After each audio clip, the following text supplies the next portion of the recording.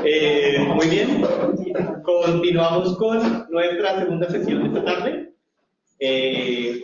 Tengo el placer de presentar a Amelia Almorza Hidalgo. Amelia es profesora en el área de Historia e Instituciones Económicas de la Universidad Pablo de la Vide. Es doctora en Historia por el European University Institute y su tesis doctoral ganó el premio Nuestro América en 2017 y fue publicada por el CSIC y la Diputación de Sevilla con el título No se hace pueblo sin ella, mujeres españolas en el Virreinato del Perú, emigración y movilidad social, siglos XVI y XVII. Ha sido investigadora en varios proyectos, incluyendo Art Empire, Conquest, Commerce, Crisis, Culture, and the Panamanian Junction, 1513-1617, un ERC dirigido por Bethany Adam, y actualmente participa en el proyecto Federer, Género y Etnia en el Istmo de Panamá, entre 1500 y 1700, y en el proyecto del Ministerio El Sudeste Asiático bajo la influencia ibérica en el mundo, 1581-1668. Hoy Amelia nos va a presentar una conferencia que se titula Declaro no ser obligada, negociación en la emigración femenina a América en el siglo XVI. Amelia. Muchas gracias, Alberto, muchas gracias a todos por venir y a los organizadores por invitarme. Es un gusto de verdad compartir mi mesa con Mónica, es un honor y un gusto también formar parte de este ciclo que es el centro ahora de referencia en Sevilla, me encanta y me da muchos recuerdos cuando arrancamos también el proceso y es muy emocionante y hay mucho trabajo detrás, así que y gracias por la invitación. Bueno, esta ponencia forma parte de una investigación que llevo desarrollando hace varios años sobre la migración femenina a América en los siglos XVI y XVII. Los inmigrantes que viajaron a América en busca de mejores condiciones de vida fueron sin duda unos agentes claves en la construcción del Imperio Hispánico, tuvieron un papel fundamental en cómo se articuló económica y socialmente en el mundo colonial. Uno de los procesos que más impacto se produjo en el proceso de lo que ahora llamamos siempre la globalización fue precisamente la circulación de población en el Atlántico Ibérico y fundamentalmente este proceso de migración de población española hacia América. Se trató de un proceso de migración de larga distancia, definitivo y voluntario, que puede analizarse además de forma similar a cómo se trabaja en los procesos migratorios contemporáneos, buscando los factores de impulsión y atracción y los mecanismos específicos que hicieron posible el viaje. El análisis que yo voy a plantear hoy se hace haciendo este análisis migratorio, pero aplicando una fuerte perspectiva de género. La presencia de una importante contingente de mujeres en esta inmigración es un caso muy excepcional, por ser tan masivo y tan temprano. Cuando alguna vez hablamos de proceso masivo ante gente de historia contemporánea, alguna vez me ha levantado las cejas, porque claro, hablamos de números que son muy relevantes y muy masivos para el mundo de la edad moderna, de la edad moderna, pero por supuesto están muy lejos de los números de las grandes migraciones del mundo contemporáneo y del mundo digital. Y sin embargo, los mecanismos son completamente similares. Para acercarme a este tema, voy a analizar dos niveles de análisis. Un primer nivel macro, más global, donde voy a presentar las características generales del proceso migratorio, y un nivel más micro de análisis, donde a partir de una serie de casos de estudio que explican los mecanismos concretos que explican esta movilización masiva de población femenina. Con el ratón, en la flechita. En la flechita blanca. Perdón, ya está. Bueno. Bien. Este es uno de los mapas donde hice un registro del viaje que hacen nuestros inmigrantes y para tener una idea un poco general de lo que... Porque yo tengo muy en la cabeza, cuando hablo de circulación y de movilidad, en qué espacios se están moviendo, y quería traerlo también porque es importante y en un momento dado hay que volver a él. Bien. Y esto porque no sale. Se me fue. No pasa nada, ¿no? No se nos salió. Ahí tenía que salir algo. Y no salió. No pasa nada. No pasa nada. No pasa absolutamente nada. Lo que había ahí era un gráfico de distribución de la población hombre-mujer y cómo era distinta. Voy a ver, me van a perdonar, estará aquí, quizás. Arriba, presentación. A ver si... O a ver si abriéndolo aquí, porque como ahí está ahí, simplemente era un gráfico de cómo se produce la evolución de la migración, y a mí me gusta mucho porque aquí está, ¿vale? Lo miramos un momento, luego volvemos al de esto online. Es un gráfico que está basado en los números que recogió Peter von Neumann a partir de los registros de pasajeros américanos, ¿vale? Solamente son del siglo XVI, porque nada más quiero esto para el siglo XVI. En total, en los registros de pasajeros hay contabilizados para el 16 54.000 personas que viajaron, 54.000 pasajeros. De ellos hay registrados 10.000 mujeres. 10.000 mujeres, 4.000 de ellas para Perú. Como digo, comparado con las migraciones masivas de 19, obviamente son números mucho más pequeños, pero es una movilización muy grande para lo que es son poblaciones de la temprana edad moderna. Es una migración además que está muy concentrada, y la migración masculina inicia muy fuerte desde el principio del siglo XVI. La femenina, si ven en los registros, la blanca es la masculina, la oscura es la femenina, va creciendo a medida que avanza el siglo XVI, de manera que en realidad arranca muy fuerte la década del 60. En realidad es un fenómeno que está muy concentrado en apenas 60 años, de la medida del 16 hasta el 17. Con lo cual, todo eso también ayuda un poco a entender este fenómeno. Estos son los registros que están, o sea, los pasajeros que están registrados. Ya sabemos que la ilegalidad es altísima. Por ejemplo, a mí me ha pasado de buscar a un montón de casos que voy encontrando en Lima y jamás los he encontrado en los registros de pasajeros. Y llegaron, están allí, o sea, que llegaron y nunca están en los registros de pasajeros. Ya sabemos que la ilegalidad es altísima. Según Marlon Warner, entre el 16 y el 17 viajaron 450.000 personas. Si calculamos que en torno al 5% fueron mujeres, podemos hablar de que no fueron 10.000, sino fácilmente 20.000 mujeres. Bueno, este es un fenómeno muy particular, también por ser tan temprano. En los contextos de expansión de los imperios coloniales de este momento, apenas participaron mujeres. En el caso español es el más temprano y el más masivo. Después llegaron el caso de los ingleses, ya en el 17, y sobre todo, y además tardío, en el 17, cuando empieza fuerte la migración familiar.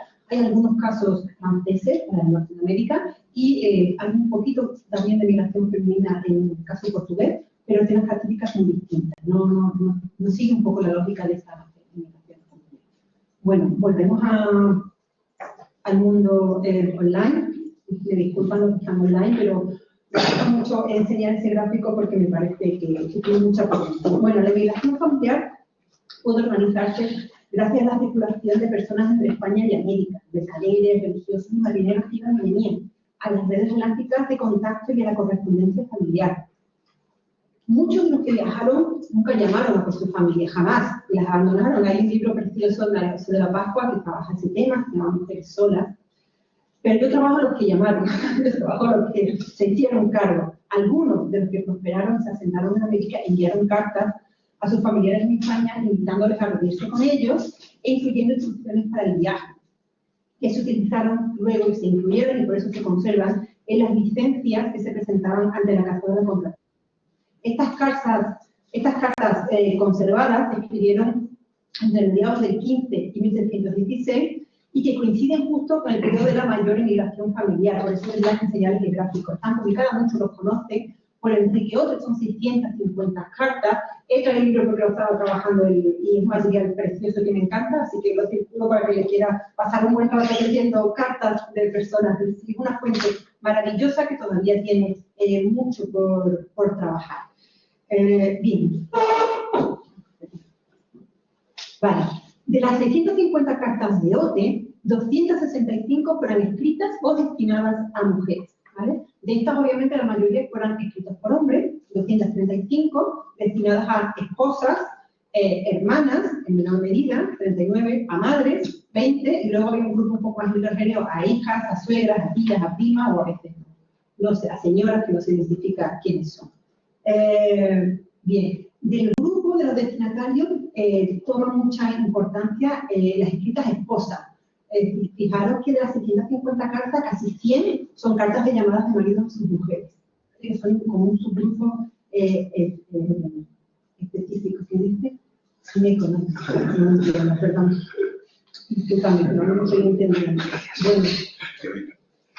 Bueno, y luego hay un grupo de cartas escritas por mujeres 57, Perdón, quiero pasar antes a este mapa. Este es un grafo de las cartas escritas por Mujeres América, que ha hecho mi compañera Montserrat Cachero, aparte de los datos referenciales que yo le he dado. Son cartas enviadas desde América, de los 57, por mujeres enviadas a España.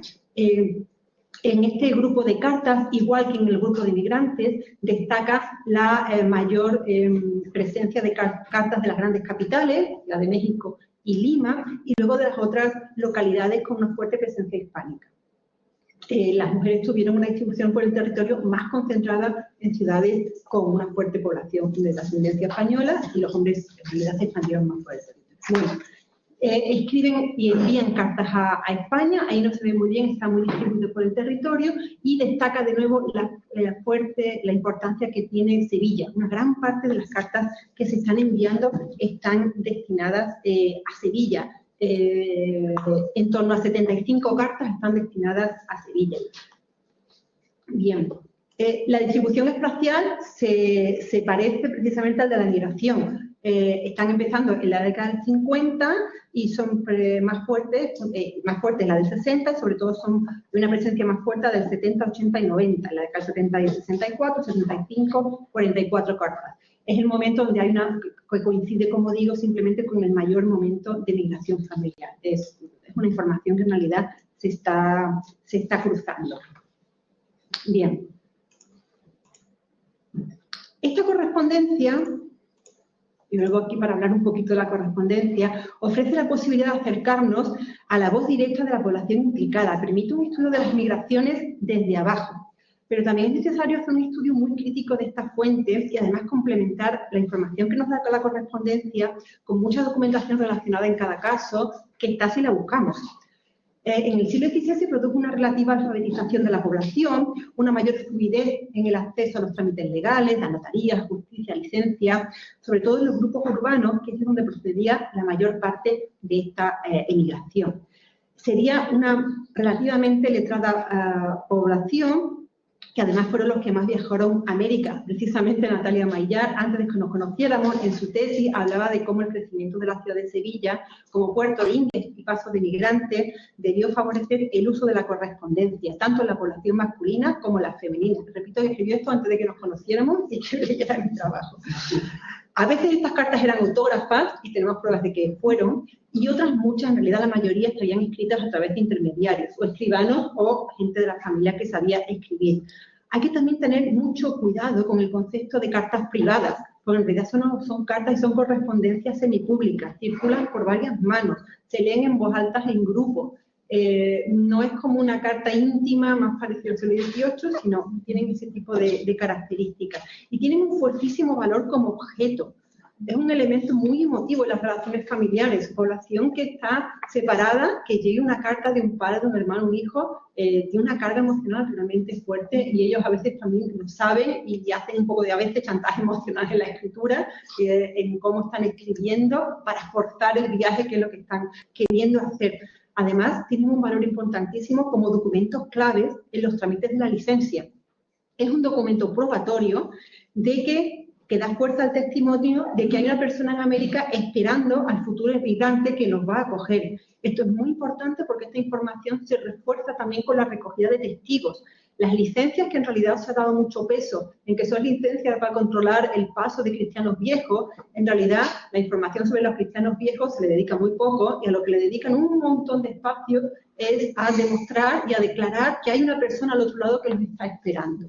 Eso es importante porque tiene que ver con una búsqueda de los inmigrantes de calidad, que sean pobladores, que puedan integrarse bien en la economía y en la sociedad de América. Hay muchas cartas en esa época, informes que están llegando a la corte quejándose de que aquello se les está llenando de vagabundos y buscavidas, que nada más que dan problemas. Entonces, a nivel legal, lo que están buscando precisamente es este emigrante que asegura que va a ser un valor de poblador. Y, por supuesto, las mujeres tienen un papel importantísimo y son utilizadas y se les facilita conscientemente este paso con este sentido de poblamiento. De hecho, bueno, las cartas que conservamos obviamente son las que produjeron un resultado positivo, es decir, las que produjeron el viaje. Las que no produjeron viaje, pues no las conservamos. A veces se conservan en las licencias copias de la carta y en otras muchas se conserva la carta original. Han incluido la carta original, como en este caso que es la carta original con la transcripción. ¿Cómo circulaban? Circulaban a través de intermediarios, de personas de confianza. Estas relaciones de confianza son absolutamente claves en la circulación de información entre España y América, igual que pasaba en los contextos de negocios y comerciales. En algunas cartas se señala además el impacto de que algunos mediadores habían fallado y era un escándalo. ¿Cómo puede ser que yo he dado un mediador con dinero y se ha quedado con, bueno, se quedaban todos en shock y lo notaban mucho? En muchas de las cartas se hace referencia a la persona que está llevando la carta. Cuando los destinatarios además viven muy lejos de Sevilla, a veces lo que se hace es que se envía la carta destinada a una persona en concreto en Sevilla o en Madrid, también mucho para que la reenvíe al pueblo que puede estar después en Asturias o en Castilla, más difícil. Son redes de larga distancia de extremísima confianza. Estos mediadores además son claves porque también están trasladando una información oral importantísima, refuerzan y completan lo que dice la carta. A veces estas personas que llegan de América están apareciendo como testigos en las licencias para asegurar que sí, que la otra persona está allí, les está esperando, y además funcionan a veces como cuidadores del grupo que vuelve, es decir, son personas que han ido, han llevado la carta y además pastorean el grupo a la vuelta, se convierten los centrales en el grupo. Esta intensa circulación de información de personas, de objetos, cartas, de remesas, de dinero que están enviando y de información es absolutamente clave para entender la migración atlántica, está en la base de todo. Pero la información no solo era suficiente. Una de las claves, igual que pasa con las migraciones contemporáneas, es la financiación. ¿Quién pagaba el viaje? Es un viaje muy costoso. Solía costar aproximadamente el salario anual de un artesano en Sevilla. No es ninguna tontería. Y el paso ilegal también era costoso. Ser ilegal no significa que fuera menos costoso. Había que llegar a Sevilla, vivir en Sevilla mientras se esperaba la salida de la flota. Había que organizar la comida para el viaje, lo que se llamaba el matanotaje. Y había que también comprar fundamentalmente ropa para el viaje. Es decir, nos da un perfil de un grupo familiar con unos mínimos recursos, unas mínimas propiedades que puedan vender para la financiación. Pero en realidad la mayor parte de estos viajes fueron financiados por los emigrantes ya asentados en América y que estaban prósperos a través de intermediarios y de cartas donde se comprometían a pagar el pasaje de la llegada. Precisamente a principios del siglo XVII, cuando casi desaparece la inmigración familiar, este sistema cambia. Lo ha estudiado Sergio Lorenzo y dice que en ese momento los dueños de los barcos, los maestros, empiezan a exigir el pago antes de embarcar, posiblemente empezó a haber demasiados problemas a la ida, y cambió completamente la dinámica. Las condiciones del viaje eran terribles. Eran espantosas. Los barcos eran muy pequeños, no sé si han visto el barco que está anclado en Huelva, que recrea una de las primeras calaveras, que es normal, bueno, es conocido. Solían viajar en cubierta 50 a 70 personas apiñadas, población que no había visto en su vida el mar, por supuesto no sabía nadar, que pasaba mucho calor y viajaban sentadas y agarradas al equipaje para que no les robaran. Había además, obviamente, peligros específicos para las mujeres relacionados con la violencia sexual. Y contamos con la población de Sevilla tenía este conocimiento, porque sabía, primero veía cómo salían las flotas y después sabía cómo llegaba la gente. O sea, no se puede acusar que no lo supieran. Este envío de recursos, perdón. Entonces, ¿por qué están viajando? Hay unas altísimas... bueno, y el viaje además para atravesar el Atlántico, que es el momento más duro, se tardaba un mes. Esta parte que es la más difícil, se tardaba un mes aproximadamente. Entonces, un mes en cubierta con 50 o 70 personas muriendo de calor. Había una alta mortalidad y las condiciones realmente muy duras, un viaje agradable. Bueno, lo que justifica la movilidad de personas, entre otras cosas, es unas altísimas expectativas. Pero además se generan unas altas expectativas específicas para las mujeres. A las mujeres se las intenta convencer en las cartas. Se les promete una vida con un mejor estatus, un tratamiento de doña, comodidad económica, un beneficio de lo que ha conseguido el marido, con criadas de servicio, y para las solteras, un matrimonio con un hombre próspero. Las dificultades de este viaje se tenían que compensar de esta manera, y además se tenían también que transmitir con las informaciones orales y sobre todo con las remesas. El envío de dinero, de plata, era lo que demostraba que el padre, marido, etcétera, había prosperado, porque era muy arriesgado. Una vez que llegaba la información y el dinero, la financiación, ¿qué pasaba? Pues había gente que decidía viajar y había quien decidía no viajar. Organizar el viaje no era nada sencillo.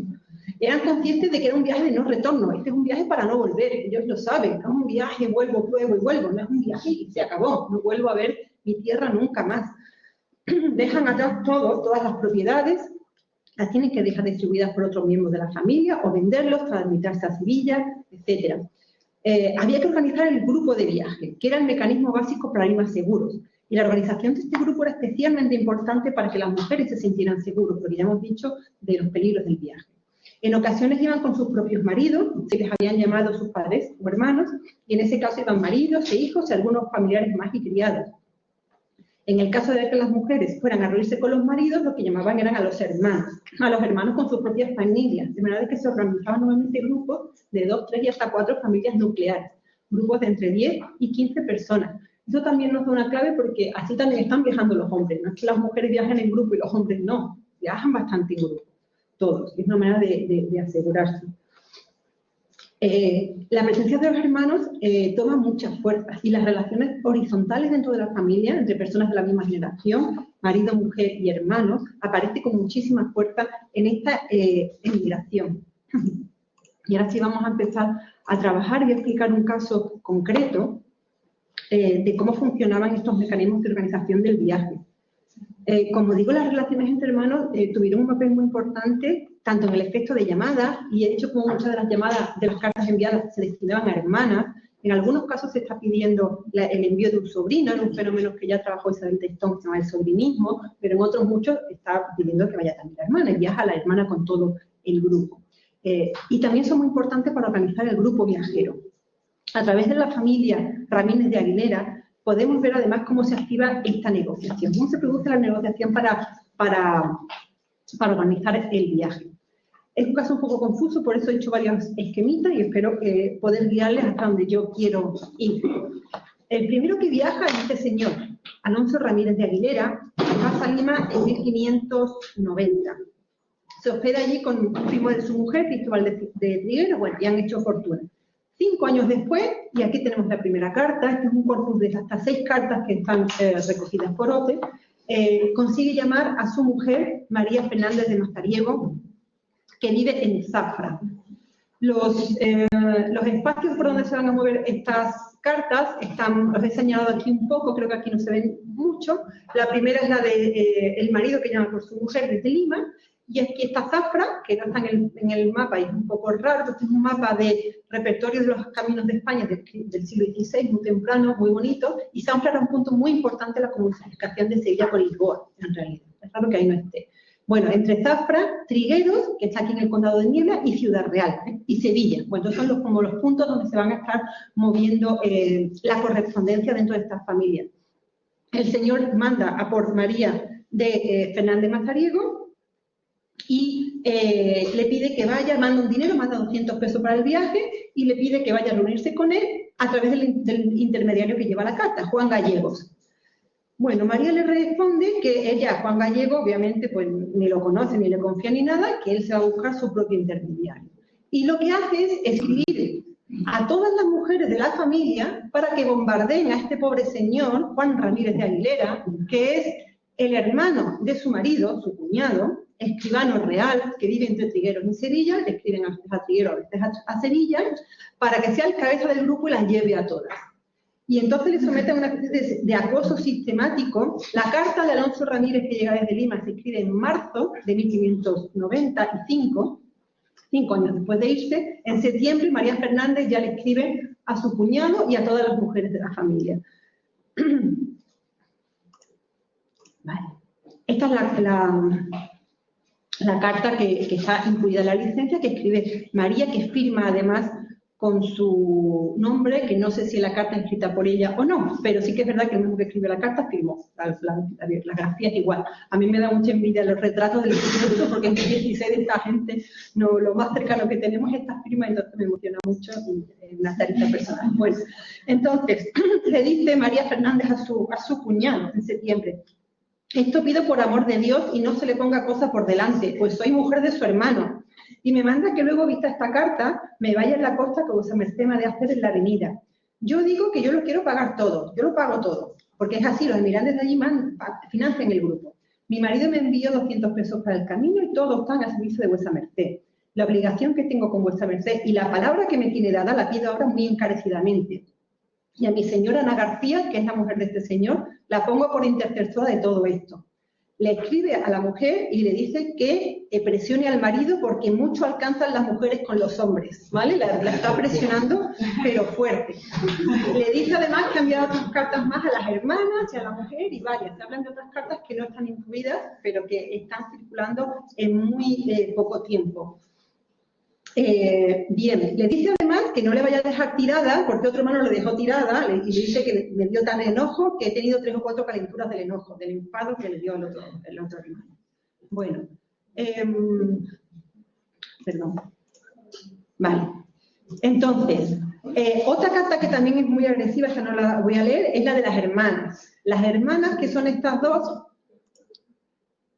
le escriben son dos, pero escribe una de ellas, le escriben a este señor una carta que te da un poco de miedo, le acusan de dejarlas abandonadas, de no ocuparse de ellas, están activando esta, igual que explicaba Mónica, el jefe de la familia tiene que ocuparse de los elementos femeninos, pero ellas también activan el mecanismo de exigir que se le pida. Le echan en cara que ha perdido un oficio en Granada, que les ha perjudicado a todos, y que vamos insultando y diciendo lo que es un banal.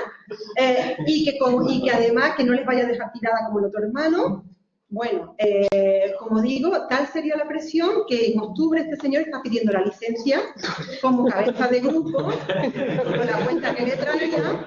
Para que se calle. En octubre del 95, escribano real del rey, vecino de la villa de Trigueros en el condado de Niebla, dice que él tiene necesidad de pasar a las provincias de Perú, a la ciudad de los Reyes, donde tiene un hermano que está muy rico, que le desea favorecer a él y a sus 2 hermanos que tienen en España, en Ciudad Real, el cual su hermano les ha enviado llamar a él, a su mujer, a sus hijos, a las hermanas para ponerlas en el estado, a las solteras, que están en Ciudad Real, que dicen que lo están pasando fatal, pobrecísimas, abandonadísimas, y van a Perú a casarse estupendamente, y asimismo envía a llamar a su mujer e hijos. En total hay al mínimo 6 adultos, además de que piden mujeres para el servicio. O sea, no van solo los del grupo, digamos, del grupo familiar, sino que siempre va 3 o 4 criados, a veces van familias dentro de su criado. Al final, como digo, se acaban armando grupos de en torno a 10 personas, grupos bastante grandes, con una presencia femenina además muy fuerte.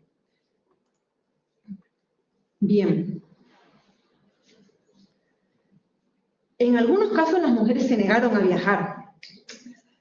Esto podría ser un problema importante debido a que los matrimonios, por ley, en aquella época debían de vivir juntos. Al menos no debían de vivir separados demasiado tiempo. De hecho, existe un fondo en el Archivo General de India que se llama Expedientes de Vidas Maridables.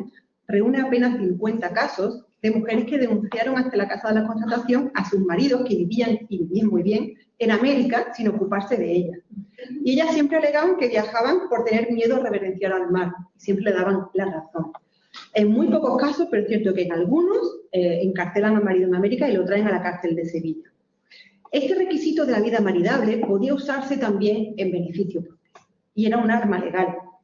Una de las cartas transcritas por Enrique Otes nos lleva a un complejo caso de rechazo al viaje y que nos permite ver algunas de las pautas que se dieron durante esta emigración. El caso arranca con la carta que Diego de Arcos, que era un vecino importante, miembro del Cabildo de San Francisco de Quito y encomendero, no encomendero, que tiene un repartimiento, le escribe a su mujer Catalina de Palma, vecina de la ciudad de Sevilla, en febrero de 1560. En esta carta reprende a su mujer por no ir con él y le conmina además hacerlo siguiendo varios argumentos. Esta es la carta. Señoras, muchas os he escrito y con mi hermano Francisco de Arcos lo mismo y nunca he visto pues vuestra. Qué pena, ¿verdad? No sé qué es la causa. También envié a mi hermano con vos con todo recaudo y me parece que no quisisteis venir, según lo vi por un testimonio y por ansia que de hecho me trajo. Espantéme mucho y pusisteis en mí falta de salud, pero después me dijeron que la causa de no haber venido había sido mi hermano, el mediador, ahora hablaremos de él, por su mala condición, que tenía mucha tela que cortar. Pero no embargante ser en la causa, no estáis fuera de culpa, porque las mujeres honradas como vos, hijodalgo, ninguna cosa ha de ser parte para dejar de hacer lo que son obligadas a Dios y al mundo. Especialmente se ha de poner toda diligencia y a todo trabajo por salvar el ánima. Habla de que tiene el repartimiento, de que no lo puede dejar y que va a volver a enviar al hermano. Y se despide a mi muy deseada señora Catalina de Palma, en el que desea más veros que a otra cosa ninguna en esta vida. Una fórmula que se utiliza mucho, muy elegante y muy bonita. También le manda otra carta al hermano de la mujer, Diego de Valer, animándole a que venga para asegurar el paso de la esposa. En realidad, Diego de Arco lleva 20 años sin ver a su mujer ni ocuparse de ella, y la dejó apenas recién casados y ella embarazada.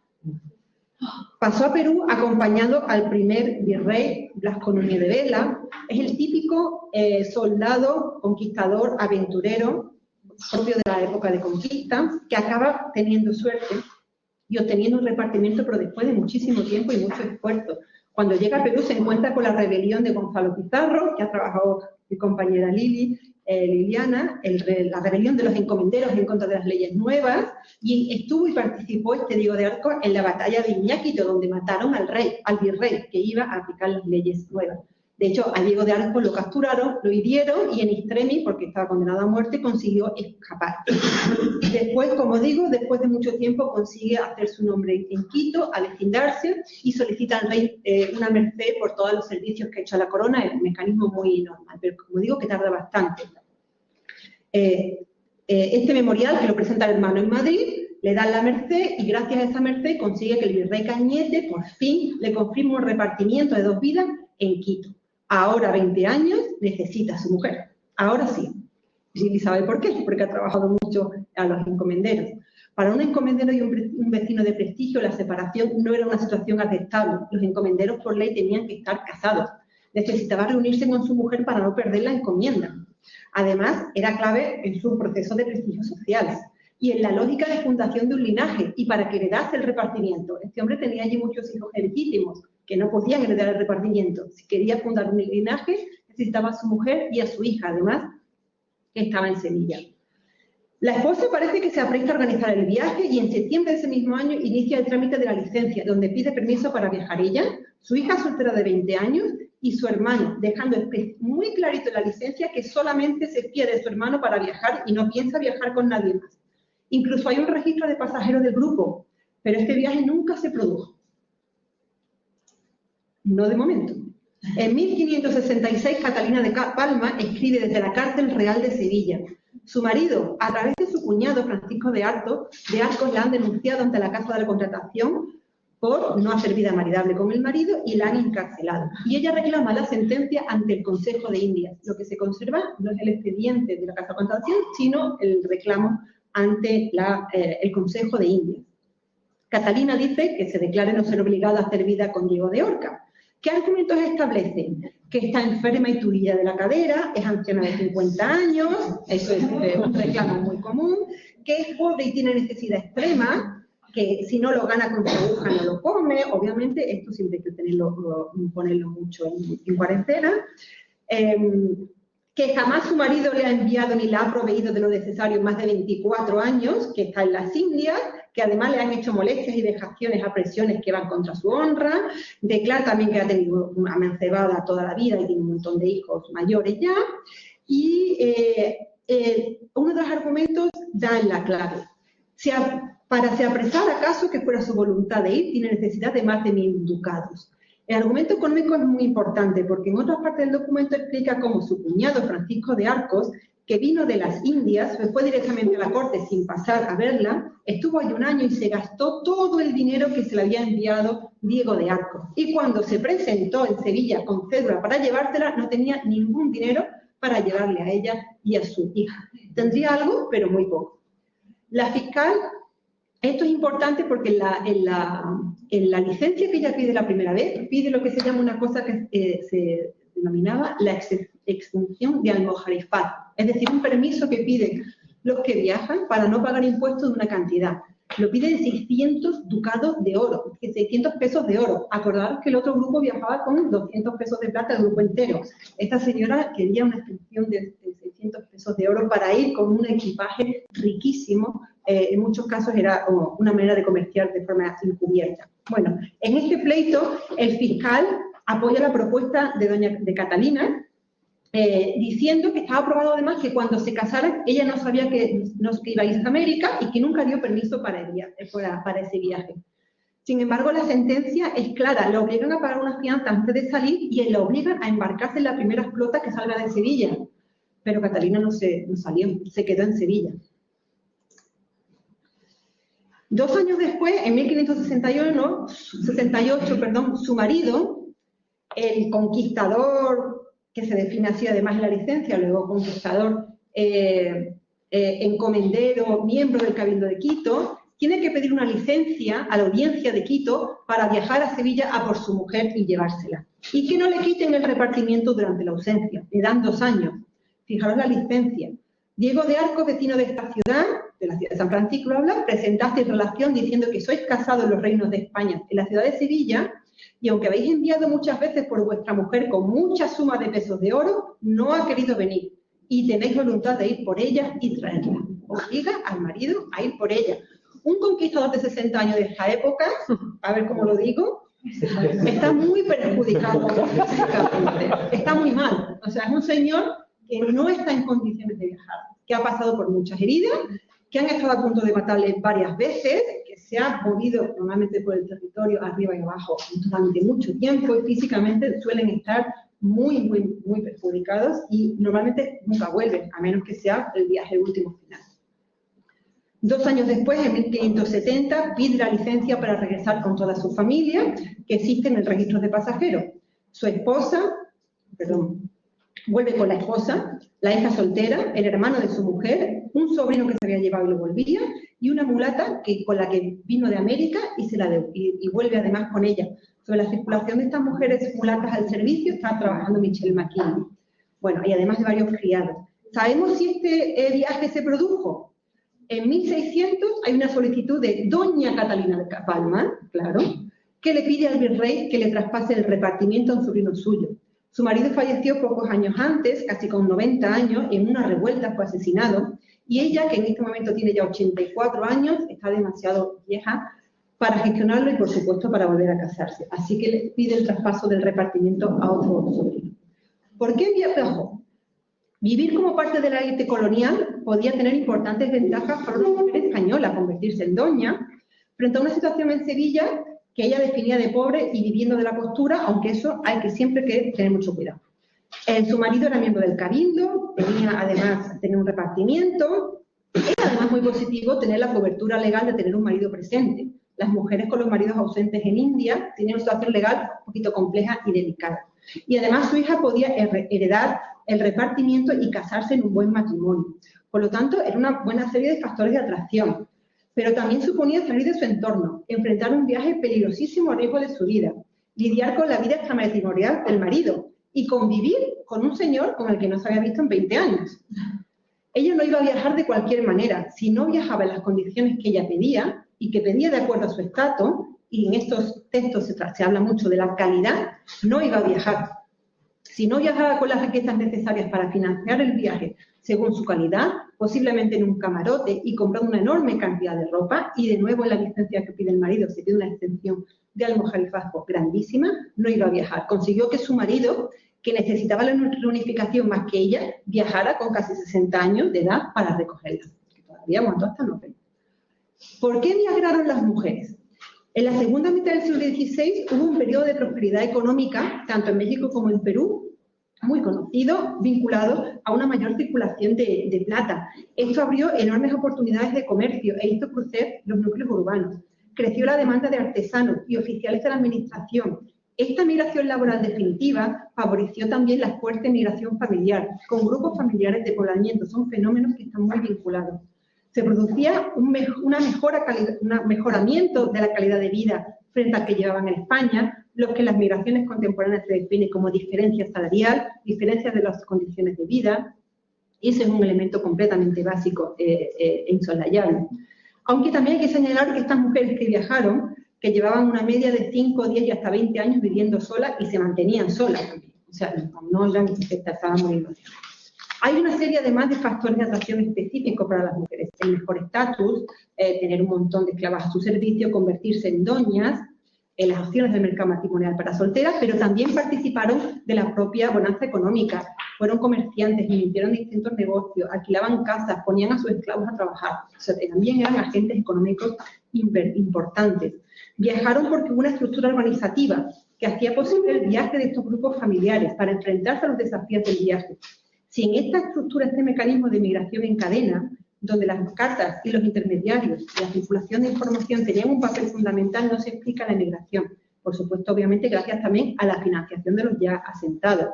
Se produjo, por lo tanto, además, una evolución de los tipos de migrantes.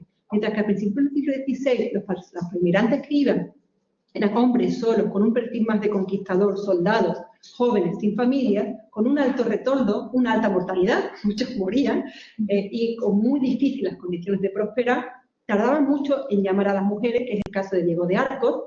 Era normal que tardaran unos 20 años en llamar a las mujeres, porque era normal que tardaran 20 años en prosperar, es que eso es lo que pasaba. Sin embargo, en las últimas décadas del XVI, a partir de 1560, los emigrantes que iban eran más emigrantes de origen de los grupos urbanos, artesanos, comerciantes, oficiales de la administración, donde hay una clara estrategia familiar y se tarda mucho menos en llamar a las familias, en torno a 5 años. Hay un mecanismo, hay una estrategia mucho más cerrada de lógica, de dinámica familiar.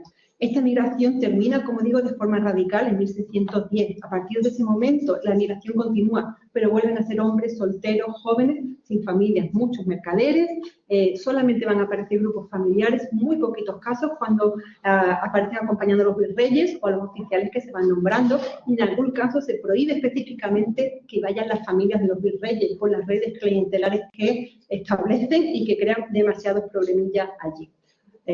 Bien. Desde sus condicionantes específicos,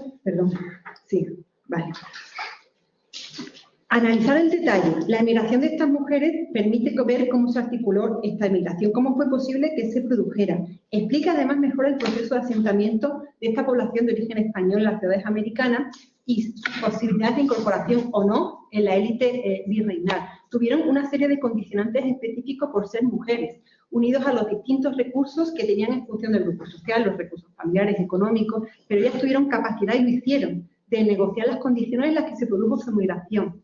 Es decir, estas mujeres no viajaron porque las llamaron, viajaron porque, además de que las llamaron, había unas condiciones de vida en las colonias que realmente generaban unas expectativas muy altas para ellas, y porque había unos mecanismos de migración en cadena y unas lógicas de estrategias familiares que hicieron posible el viaje de estas mujeres, que hicieron que fuera seguro, que fuera financiable y que fuera asumible. Tomaron la decisión de viajar y dentro de las posibilidades fueron capaces de negociar en qué condiciones se produjo ese viaje. Y en última instancia, además, todo este proceso supuso una rearticulación de las relaciones familiares, que es un tema todavía por explorar. Nada más de momento, muchas gracias. Quedo pendiente de todos los comentarios, las preguntas, lo que quieran.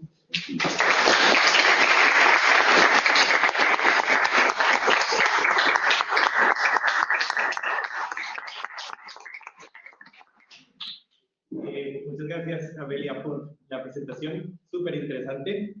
Vamos a empezar con la ronda de preguntas y yo esta vez voy a usar mi prerrogativa de moderador para hacer la primera. Y es con respecto a esta última parte que decías, que estas mujeres negociaban su viaje y viajaban en las condiciones que ellas querían.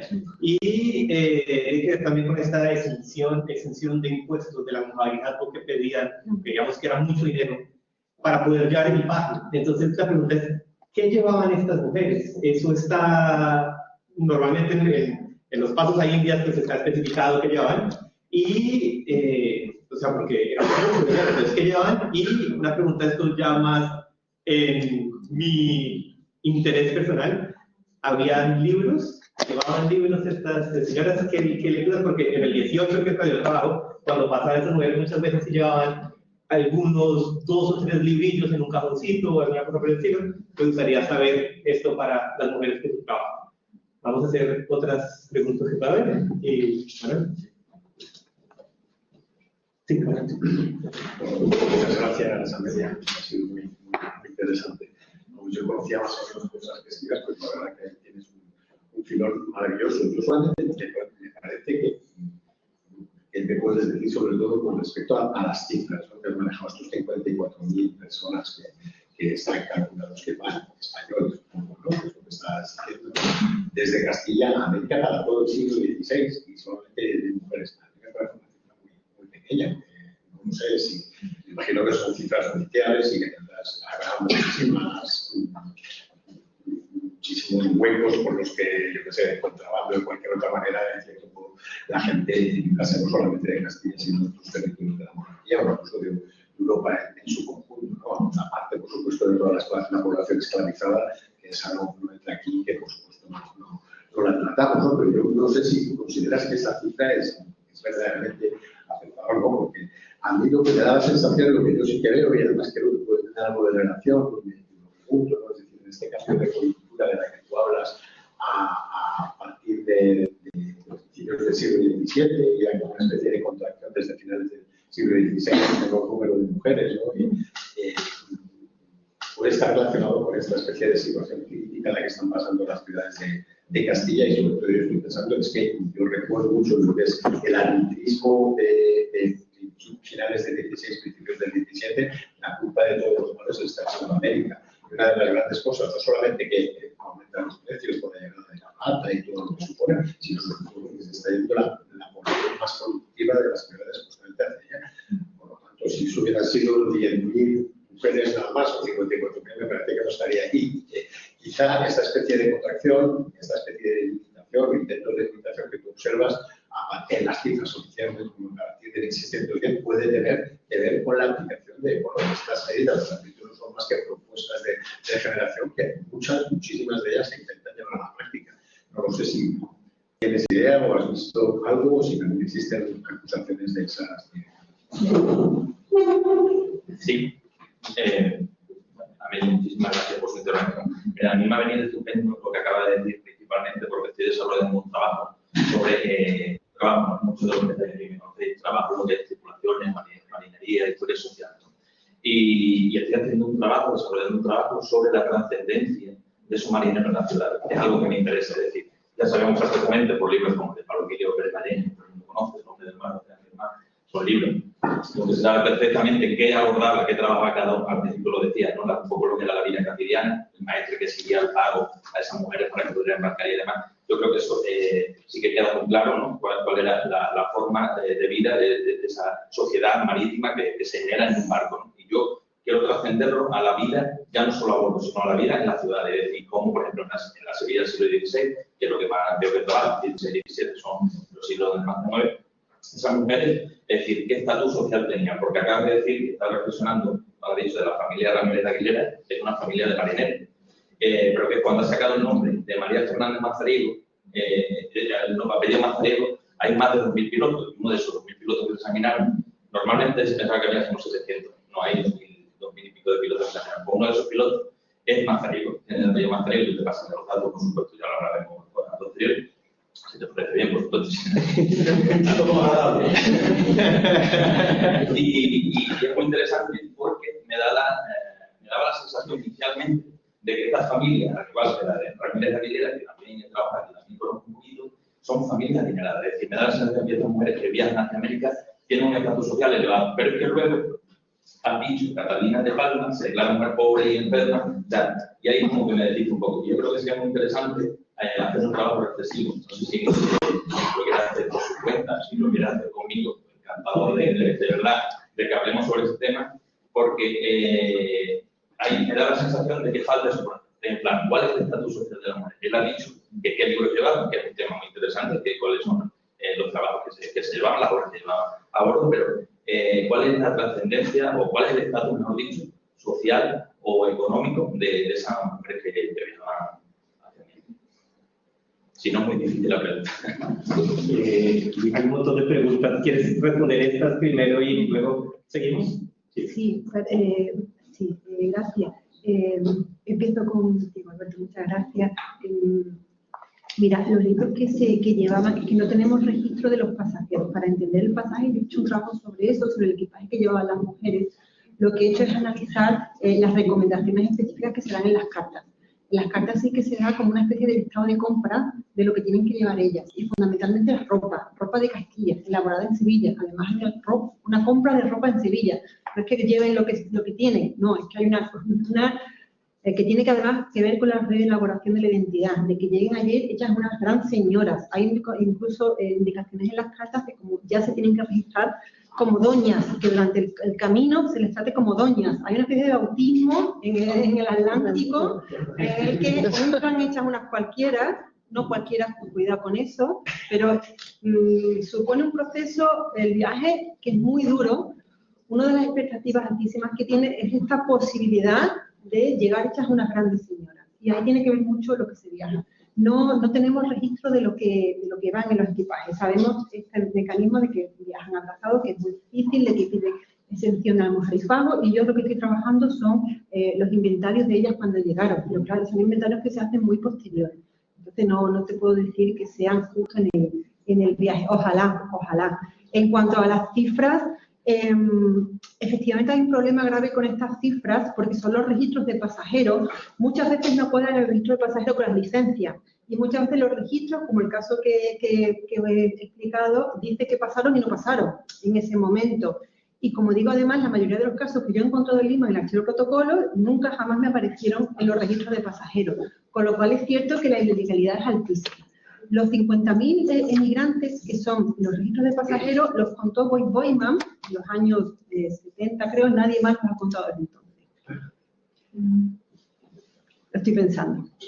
Cuando empecé la tesis llegó un momento que dije, bueno, me meto con esto o hago otra cosa, porque es un trabajo que te consume para una sola investigación, porque es irte a los registros. Tienen una información hermosa, que todavía tiene mucho por sacar, porque da muchos datos de los lugares de origen de los grupos que se forman. Esa información es muy valiosa, pero efectivamente no es el volumen total. Las estimaciones, como digo, andan en torno, en el siglo XVI, 250.000 personas, en la primera mitad del 17, 200.000. O sea, en total, desde el 16 hasta mediados del 17, Morne, que es el que ha hecho la estimación más admitida, calculando un poco cada capacidad de los barcos, volumen de las flotas, etcétera, lo ha establecido en ese dato. Había muchísima ilegalidad. Los datos que tenemos, o sea, los registros de pasajeros hay que tomarlos así. No son un conteo sistemático, sabemos que eso, pero sirven para otro tipo de análisis, igual que las licencias. Sí, los registros de pasajeros tienen los datos de hombre y mujer, sí. A partir de ahí no. Las estimaciones de hombre y mujer, no. No hay. La única que tengo es la mía, que yo creo que en función de lo que veo, creo que son unas 20.000, pero no mucho más.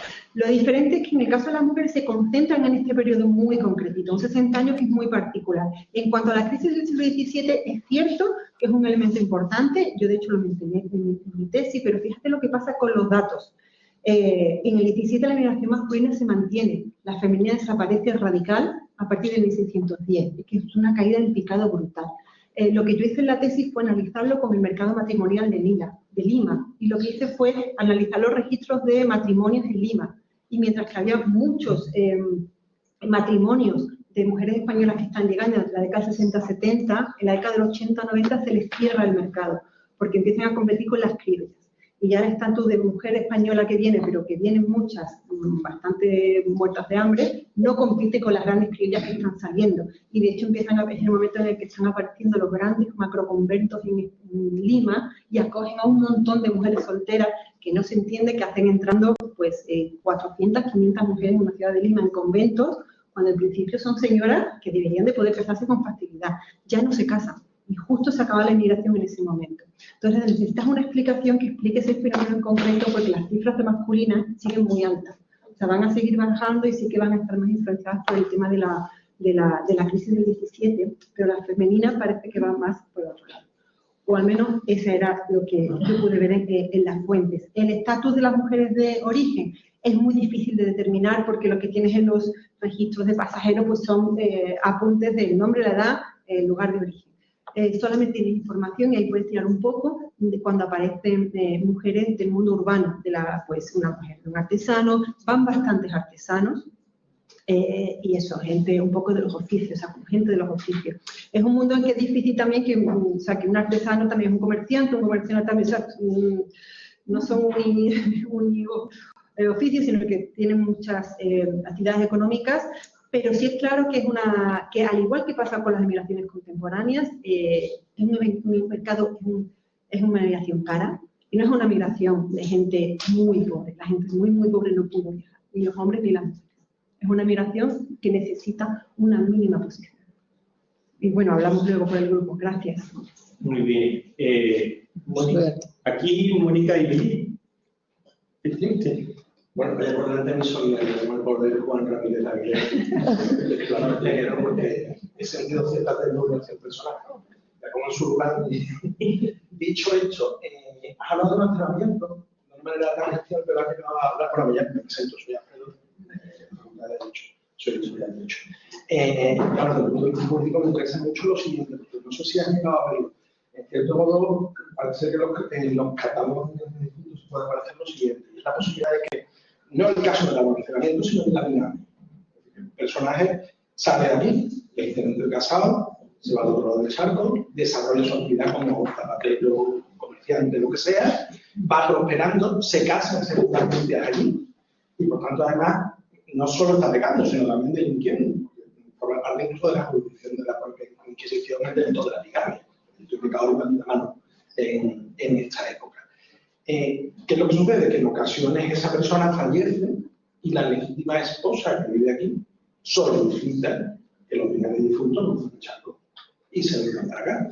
Pero claro, una cosa es lo que está por escrito en la legislación de la época y otra cosa es el uso de la norma local. La esposa de allí dice que se regula el caudal que no viene para allá. No sé si este tipo de cosas has llegado a verlo, ¿no? El asunto de la dinámica, no el almacenamiento, porque el almacenamiento, quieras que no, ya no significa que esté todo consagrado por el santo sacramento del matrimonio, sino que eso sería la vista más corta. Pero en el caso de la bigamia entramos en un delito que está perseguido tanto por la jurisdicción secular como por la jurisdicción inquisitorial. Vale. Yo, enlazando con lo que decías antes, te pediría que explicaras un poco más las razones de ese desplome, porque las has nombrado, pero yo no sé si las he captado todas. Digamos, la competencia en el mercado matrimonial, una menor prosperidad como elemento de atracción, que se deje de aceptar o que se acepte con más dificultad el pago aplazado del viaje. ¿Eso lo explicaría todo o tiene que haber, o se conceden también menos licencias para embarcarse de aquí? Lo digo desde la ignorancia, que a lo mejor muchos de los que estáis aquí conocéis, pero yo lo desconozco. Y digamos, y después de 1600, ya sé que tu periodo cubre sobre todo esto, pero por lo que tú sabes, digamos, a lo largo del 18 hay nuevos cambios. Es una primera pregunta, y digo desde la ignorancia. La segunda, me ha llamado mucho la atención que digas que en el siglo XVI y XVII hay tantas cartas de llamado a hermanas, porque algo que me llamó la atención en cartas del 18, o sea, yo leí un poco para hacerme con esa retórica, cartas editadas del 18, que no recuerdo ahora, hay un par de volúmenes, no lo de Ote, que se quedan 16 y 17, hay un par de volúmenes de cartas editadas, y entonces se decía que se utilizaba con mucha frecuencia el tratamiento hermana para la esposa, es decir, querida hermana.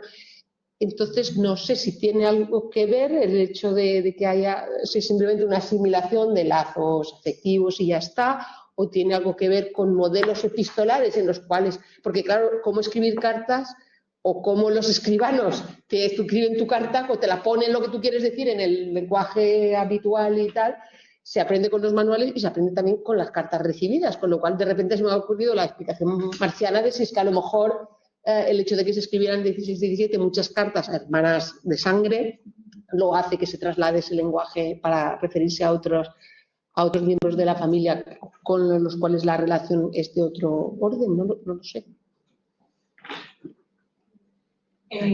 Bueno, primero me ha encantado, Amelia, es buenísimo lo que nos has explicado y creo que refleja muy bien la dinámica de este momento. Y a mí no me da pena el señor Arcos, la verdad. O sea, tuvo tiempo, para buscar a la mujer, 20 años. Mi hermano. Ah, vale. El hermano sí, pero me hace mucho pensar en esas mujeres que es eso, que de repente te llega la carta y ves a vivir con este señor que tiene 300 hijos ilegítimos, las que no convives con él 20 años, ¿no? O sea, que también es una situación en la que se venían de esas mujeres abocadas que, ojo, hay una cosa que me llama muchísimo la atención y que creo que es súper interesante, lo que nos estás diciendo acerca de los que llevan las cartas. Estos señores, y creo que eso también nos ayuda a poner de manera crítica las categorías presentistas que tenemos de tú eres abogado, tú eres comerciante, tú eres, yo qué sé, legislador, etc, etc. Sino que estos señores, estos mediadores, si les podemos llamar así, van a tener unos límites súper difusos en los que muchas veces encontramos a un señor que es mercader, pero que también es procurador, que también es el tío de la familia, que también es el mayordomo que le lleva las cuentas y que también es el que se dedica a ser el agente entre Sevilla y entre Perú y es el que lleva las cartas, ¿no? Que a mí es una cosa que me sorprendía. Yo pensaba que era, por ejemplo, un Pedro Miranda, ¿no? Que trabajó yo mucho y era como, ¿y este señor? ¿Será que hay otro Pedro Miranda? No, es que le he encontrado en mitad de clavo, le he encontrado de procurador, le he encontrado llevando cartas, le he encontrado como fundando compañías comerciales. Entonces, esto creo que es interesantísimo lo que nos has dicho, el importantísimo papel que van a tener estos señores. Y mi pregunta va por el lado también un poco curiosidad, como decía la pregunta de Mónica acerca de, ¿has encontrado también en un momento en el que tú nos has explicado maravillosamente estas redes parentelares tan frágiles, porque estamos hablando de que llevas a una mujer de un viaje interminable en el que corre riesgo su vida para encima llegar y muchas veces estar sola, llegan, se les ha muerto el marido, no tienen hermanos, no tienen tíos, no tienen primas, están completamente solas. Cartas de llamadas por parte de mujeres a grupos familiares, es decir, mujeres que hayan llegado, se hayan consolidado ya y ejerzan como estas materfamilias en un momento en el que pues van a necesitar quizás miembros de su familia para cubrirse un poquito las espaldas en un momento de soledad. ¿Has encontrado esos temas? Gracias. Vale, bueno, muchas gracias a todos por los comentarios. Ya voy a empezar. Los casos de bigamio son muy jugosos, son muy bonitos, son muy interesantes. Hay un trabajo que se llama Bigamias Transatlánticas, porque en realidad en muy pocos llegaban luego a los tribunales. El problema de las bigamias es que si había dinero de por medio, normalmente se actuaba antes. Y luego hay otro problema, las fuentes de inquisición de Lima se perdieron. Quedan algunas muy poquitas, pero los casos estos grandes jugosos no existen. Sí están en México. Y hubo una tesis hace unos años que hablaba precisamente de las bigamas, de los bígamos y las bigamas, y había una presencia también muy alta de mujeres bigamas. Fundamentalmente es un problema cuando hay patrimonio, como tú has dicho. Es un mundo también que en realidad la circulación de información es tan fuerte que hay bastante control social de un lado a otro, fundamentalmente en los puntos que están más conectados. Por ejemplo, si vives en Lima, es más difícil engañar a tu mujer que vive en Sevilla. Ahí es más complicado porque rápido se va a enterar y rápido va a actuar y había mecanismos legales para actuar. Claro, pero si no estás en Lima o te vas a, en fin, poquito a poco que te metas, pues... Y de hecho hay algunas cartas que específicamente dicen, si no vienes yo me voy para el fondo y no me pillas. Ahí hago mi vida y digo más que vale o me caso o lo que me dé la gana. Entonces, pues sí, hay espacios donde hay bastante control, y eso no parece tan frecuente, pero hay otros espacios donde no tanto. Como digo, la Inquisición es lo que fundamentalmente perseguía. Los tribunales eclesiásticos perseguían también la separación matrimonial, también era un problema dentro del propio Perú, porque era muy normal la fuerte movilidad masculina, dejando a las señoras pues años y años abandonadas y no podía ser. También hay que tener en cuenta que la ley en estos momentos no es omnipresente, o sea que son mecanismos que se activan en momentos muy concretos, pero que no hay una persecución masiva. Las causas del desplome del 17 de las mujeres. ¿Podría haber otras causas? Pero yo trabajando e investigando no me las he encontrado. Voy a explicar más por qué me empeño tanto lo del mercado matrimonial. El 60% de las que viajaron eran solteras. Y hay una reiteración en el hecho de vente que vas a casarte, vente que voy a conseguir un buen matrimonio, tengo un matrimonio ya acordado, o sea, eso parece muy fuerte. Y además la evolución en los registros matrimoniales de Lima es muy clara, muy potente. Y además los registros que yo consulté eran de la San Sebastián y del Sagrario de la Catedral, que era donde estaba la mayor parte de la población española. Las mujeres españolas, además, tienen en cuenta, no se distribuyen muy rápido por todo el territorio, sino que van fundamentalmente a Lima y algunas poquitas otras ciudades, a Trujillo, a Quito al poco. O sea, cuando se habla de San Francisco de Quito, la población, en realidad, las españolas que llegaron fueron muy poquitas allí en realidad. Entonces, eso me permite hablar un poco y centrar más esta dinámica y atreverme un poco más a decir esto, ¿vale? Y porque cuando yo he estado mirando toda la documentación, no me ha saltado la pista por otro lado. A lo mejor, vamos, que simplemente siempre tengo la de esto, pero nunca me ha saltado la pista. El lenguaje y hermana. La verdad es que el lenguaje evoluciona increíble de las cartas del 16 a la carta del 18 y creo que es un trabajo por hacer. No me he encontrado ningún caso en el que se le llame hermana, pero sea la mujer. Cuando es la hermana, y cuando es la mujer, es la mujer. Cuando es la mujer, a veces señora, o a veces la hermana se llama señora, pero no hay ese cruce. Y el lenguaje es completamente distinto. El lenguaje emocional, la estructura de las cartas, siempre me ha llamado mucho la atención y creo también que es un trabajo por hacer. Bueno, los mediadores y qué categoría. Es que es muy difícil categorizar esta población. De hecho, hay un trabajo que se hizo hace poco en economía, categorizando los pobladores por el oficio, y es muy controvertido porque es que en esta época es que no los podemos categorizar por oficio, es que es una información que se escapa, pero sí es verdad que, por ejemplo, en el caso de las mujeres, pues sí que podemos ver que, en fin, que sí, que en muchos casitos aparecen vínculos artesanos oficiales. Los núcleos urbanos de América son un buen espacio para estos oficiales de artesanos que no se están colocando en Sevilla y que ahí, pues ellos tienen su experiencia, se llena América de plateros sevillanos. Hay muchos artesanos vinculados con el sector textil, que tiene un boom enorme en las ciudades americanas. Así que sí, estoy de acuerdo con estos mediadores dificilísimos. Son esta gente que viaja, cualquier artesano también es comerciante, cualquier mujer también es comerciante, están todas mercadeando continuamente, o sea, todas tienen este tipo de actividad. ¿Hay cartas de mujeres? Sí, uno de los bloques que presenté al principio, el mapa que presenté, eran todas cartas enviadas por mujeres. Son cartas de llamadas enviadas por mujeres.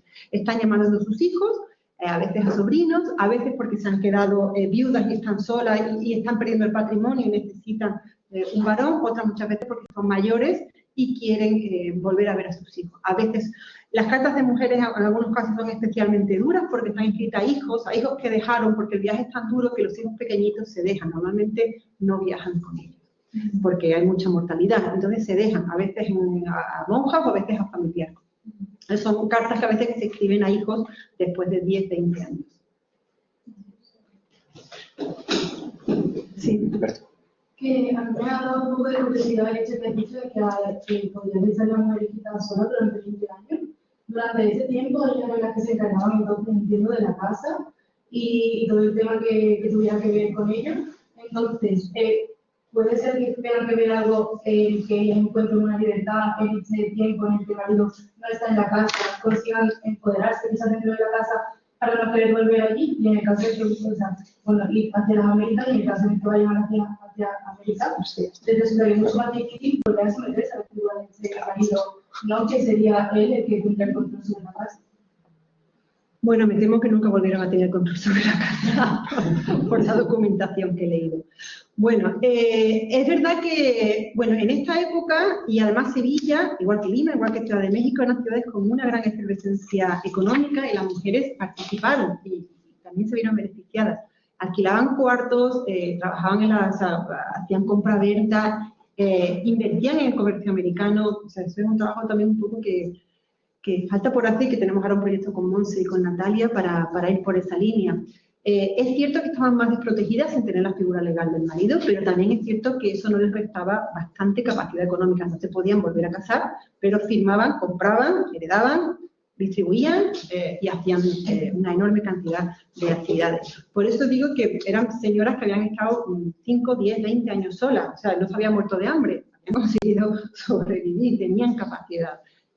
Y muchas lo hicieron. Efectivamente, cuando viajaron, estas relaciones familiares un poco se alteraron, y es verdad que las señoras que yo encuentro en Lima cortan y pinchan y distribuyen bastante a su antojo. En algún caso he encontrado algunas señoras, por ejemplo, que declaraba que no quería que el marido heredase absolutamente nada, porque todo lo que había conseguido lo había conseguido ella.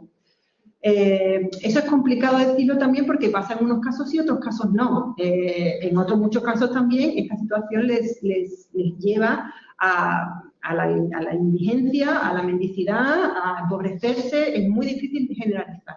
Dependía también de los recursos de partida con los que ellos contaran y dependía también de los recursos con los que ellos llegaban a ver. Dependía si el patrimonio que tenía era de ella, era de él. Es posible que muchas dotes se usaran al principio para financiar los primeros viajes del marido. Eso también aparece en algunos casos, pero es que es una línea también muy difícil de trabajar porque no siempre hay un registro. Espero que haya respondido a tu pregunta. Gracias. Y una breve reflexión, y porque no quiero apostigarte ni quiero ser. Estaba pensando que por qué después de 1610 hay como un estancamiento. Estamos comentando sobre eso. Yo creo que puede ser, y no sé si Manuel está de acuerdo conmigo, que también está trabajando ese tema, por la cada vez disminuyen los viajes, cada vez menos viajes de la flota. Eso es que hay mucho más, muchísimo más intercambio entre las dos. Orillas, hay menos flotas, pero hay muchísimo hay muchísimo más tráfico. Pero es que lo que cambia es el tipo de migrante. Claro, o sea, no se le creen. Sí. Y sin embargo no iban. Claro. Sí, pero cuando viajaba, claro. Sí, totalmente de acuerdo. Pero cuando viajaba normalmente como es mercantil. Es decir, la flota de tierra firme, la flota era los locales, como ya está.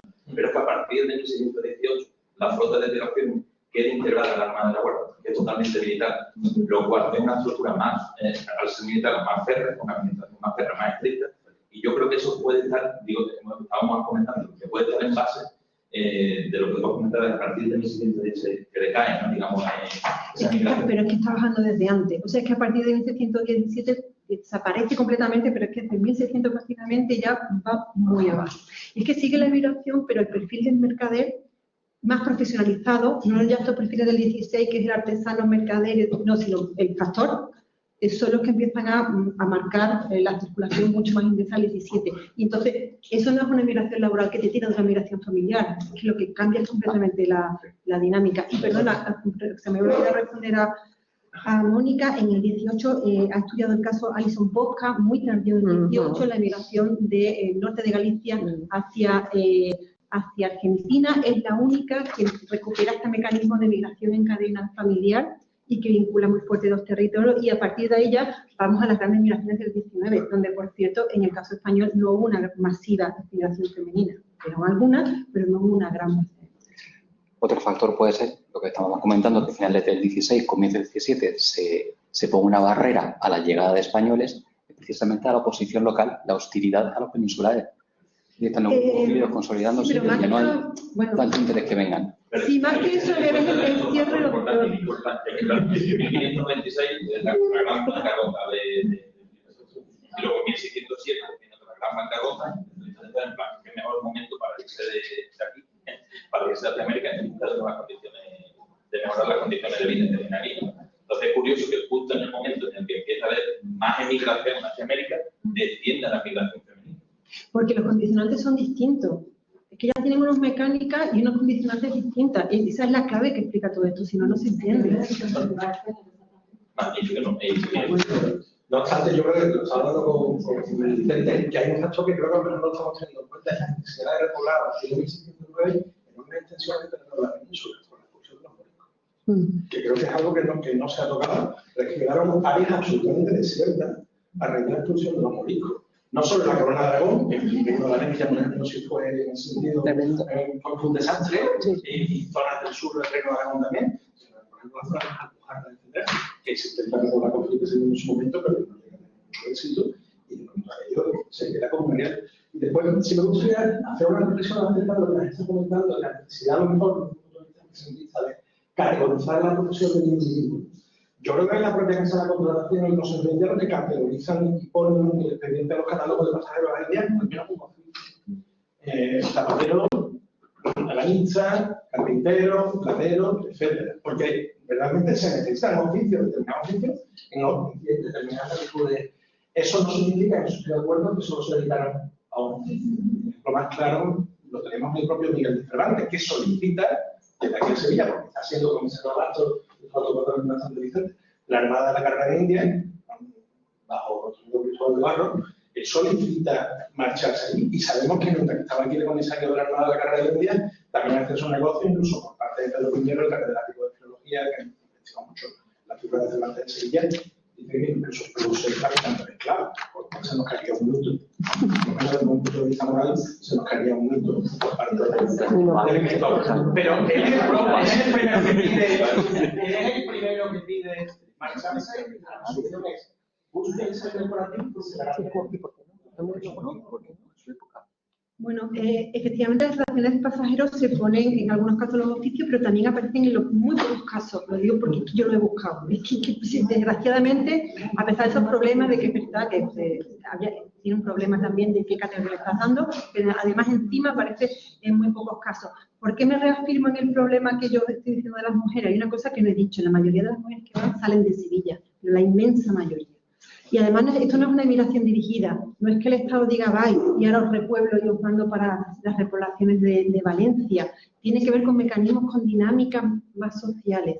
Y además, como digo, salen masivamente de Sevilla, pero en un porcentaje altísimo. Mientras que el origen de los hombres sí es mucho más distribuido por todo el Reino de Castilla, las mujeres se centran muy en Sevilla, pero masivamente. Entonces, ahí es donde hay que explicar la causa y ahí es donde hay que explicar un poquito el mecanismo. Y la expulsión de los moriscos yo creo que está relacionado en que precisamente la expulsión de los moriscos coincide con el momento en el que más gente está viajando a América. Y una pregunta recurrente es, ¿llegaron los moriscos?